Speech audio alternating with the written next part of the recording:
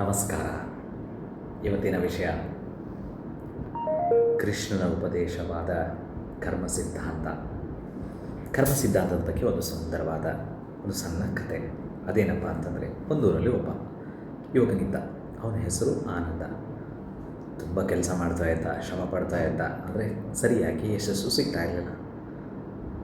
ಅವನಿಗೆ ಸಮಾಧಾನ ಆಗ್ತಾ ಇರಲಿಲ್ಲ. ಪ್ರತಿಯೊಬ್ಬರಿಗೂ ಇದು ಅನುಭವ ಆಗೇ ಆಗಿರುತ್ತದೆ. ಏನಪ್ಪ ಅಂತಂದರೆ, ಚೆನ್ನಾಗಿ ಕೆಲಸ ಮಾಡ್ತೀವಿ, ಆದರೆ ಯಶಸ್ಸು ಸಿಗ್ತಾ ಇರಲ್ಲ, ಸಮಾಧಾನ ಇರಲ್ಲ. ಹೀಗಿದ್ದಾಗ ಅವನು ಕೃಷ್ಣನ ಅನುಯಾಯಿ ಆದಂಥ ಅಥವಾ ಪರಮ ಭಕ್ತನಾದಂಥ ಒಬ್ಬ ಸಾಧುವಿನ ಬಳಿಗೆ ಹೋದ. ನೋಡಿ ಗುರುಗಳೇ, ನನಗೆ ಹೀಗೆ ಆಗ್ತಾ ಇದೆ, ನಾನು ಕೆಲಸ ಮಾಡ್ತಾಯಿದ್ದೀನಿ, ಆದರೆ ಯಾವುದೂ ಸಮಾಧಾನ ಇಲ್ಲ, ನೆಮ್ಮದಿ ಇಲ್ಲ, ಖುಷಿ ಇಲ್ಲ, ಇಷ್ಟೆಲ್ಲ ಕಷ್ಟಪಡ್ತಾ ಇದ್ದೀನಿ, ದಿನ ಇಡೀ ಕಷ್ಟಪಡ್ತೀನಿ, ಆದರೂ ನೆಮ್ಮದಿ ಇಲ್ಲ, ಖುಷಿ ಇಲ್ಲ ಅನ್ನೋದನ್ನು ಹೇಳ್ತಾನೆ. ಅದಕ್ಕೆ ಅವರು ಹಾಗಾದರೆ ಆನಂದ ಒಂದು ಕೆಲಸ ಮಾಡು ಅಂತ ಅವರು ಆನಂದನಿಗೆ ಒಂದು ಕೆಲಸವನ್ನು ಹೇಳಿದ್ರು. ಅದು ಏನಪ್ಪ ಅಂತಂದರೆ, ನೋಡು, ಈ ಮಡಿಕೆನ ತಗೋ, ನೀರು ತುಂಬ್ಕೋ, 1 ಕಿಲೋಮೀಟರ್ ಹತ್ತಿರ ದೇವಸ್ಥಾನ ಇದೆ, ಆ ದೇವಸ್ಥಾನಕ್ಕೆ ಹೋಗಿ ನಡ್ಕೊಂಡು ಹೋಗಬೇಕು. ಆದರೆ ಒಂದು ಷರತ್ತು, 1 ಹನಿ ನೀರನ್ನು ನೀನು ಬೀಳಿಸಬಾರ್ದು. ಸರಿ ಗುರುಗಳೇ ಅಂತ ನಾನು ತಗೊಂಡು ಹೋದ. ಸೊ ಗುರುಗಳು ಆ ದೇವಸ್ಥಾನಕ್ಕೆ ಬಂದರು. ಬರಬೇಕಾದ್ರೆ ದಾರಿಯಲ್ಲಿ ಆನಂದ, ನೀನೇನಪ್ಪ ನೋಡಿದೆ ಅನ್ನೋದನ್ನು ಕೇಳಿದರು. ಆನಂದ, ಇಲ್ಲ ಗುರುಗಳೇ, ನಾನು ಏನನ್ನೂ ನೋಡಲಿಲ್ಲ, ನಾನು ಬರೀ ನೀರನ್ನು ಮತ್ತು ಮಡಿಕೆಯನ್ನು ಮಾತ್ರ ನೋಡ್ತಾ ಇದ್ದೆ. ಏಕೆಂದರೆ ನನಗೆ ನೀರು ಎಲ್ಲಿ ಚೆಲ್ಲುತ್ತೋ, ನಿಮ್ಮ ಷರತ್ತು ನಾನು ಎಲ್ಲಿ ಮುರಿತೀನಿ ಅಂತ ನಾನು ಅದರ ಮೇಲೆ ಗಮನ ಇಟ್ಟಿದ್ದೆ ವಿನಃ ಬೇರೆ ಎಲ್ಲೂ ಗಮನ ಇಡಲಿಲ್ಲ.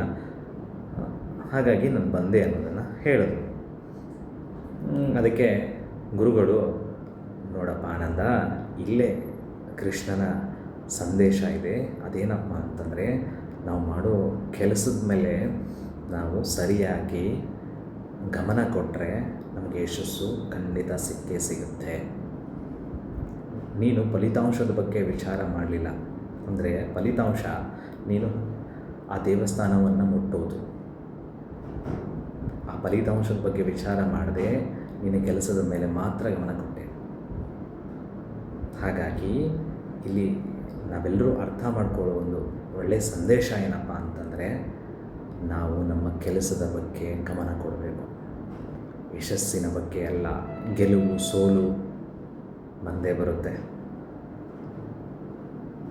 ಆ ಯಶಸ್ಸಿನ ಬಗ್ಗೆ ಅಥವಾ ಗೆಲುವಿನ ಬಗ್ಗೆ ನಾವು ಕನಸಿಟ್ಕೊಂಡು ನಮ್ಮ ಗೆಲ್ತೀವೋ ಸೋಲ್ತೀವೋ ಅಂತ ಅನುಮಾನದಲ್ಲಿ, ಭಯದಲ್ಲಿ ನಾವು ಕೆಲಸ ಮಾಡಿದ್ರೆ ಕೆಲಸ ನಮ್ಮಲ್ಲಿ ಆಗೋದಿಲ್ಲ. ಸೊ ಕೆಲಸವನ್ನು ನಾವು ಕಳ್ಕೊತೀವಿ, ಕೆಲಸವನ್ನು ಸರಿಯಾಗಿ ಮಾಡೋದಿಲ್ಲ, ಪ್ರಾಮಾಣಿಕವಾಗಿ ಮಾಡೋಕ್ಕಾಗೋದಿಲ್ಲ. ನನ್ನ ದುಡ್ಡು ಬರುತ್ತೋ ಇಲ್ಲೋ, ನಾನು ದುಡ್ಡು ಕಳ್ಕೊತೀನೋ ಏನೋ. ಸೊ ಈ ಥರ ನಾವೊಂದು ಗೊಂದಲದಲ್ಲಿರ್ತೀವಿ. ಈ ಗೊಂದಲವನ್ನು ಕಳ್ಕೊಂಡು ಪ್ರಾಮಾಣಿಕವಾಗಿ ನಮ್ಮ ಕೆಲಸವನ್ನು ನಾವು ಮಾಡಬೇಕು. ನಾವು ಪ್ರಾಮಾಣಿಕವಾಗಿ ನಮ್ಮ ಕೆಲಸದ ಮೇಲೆ ಗಮನ ಕೊಟ್ಟರೆ ಖಂಡಿತ 100ಕ್ಕೆ 100% ನಾವು ಗೆಲ್ತೀವಿ. ಇದೇ ಕೃಷ್ಣನು ಹೇಳಿದ್ದು, ಕರ್ಮಣ್ಯೇವಾಧಿಕಾರಸ್ತೆ ಮಹಾಫಲೇಷು ಕದಾಚನ. ಕರ್ಮ ಮಾತ್ರ ನೀನು ಮಾಡು, ಫಲದ ಅಪೇಕ್ಷೆ ಮಾಡಬೇಡ ಅಂತ. ಎಲ್ರಿಗೂ ಒಳ್ಳೆಯದಾಗಲಿ. ಹರೇ ಕೃಷ್ಣ.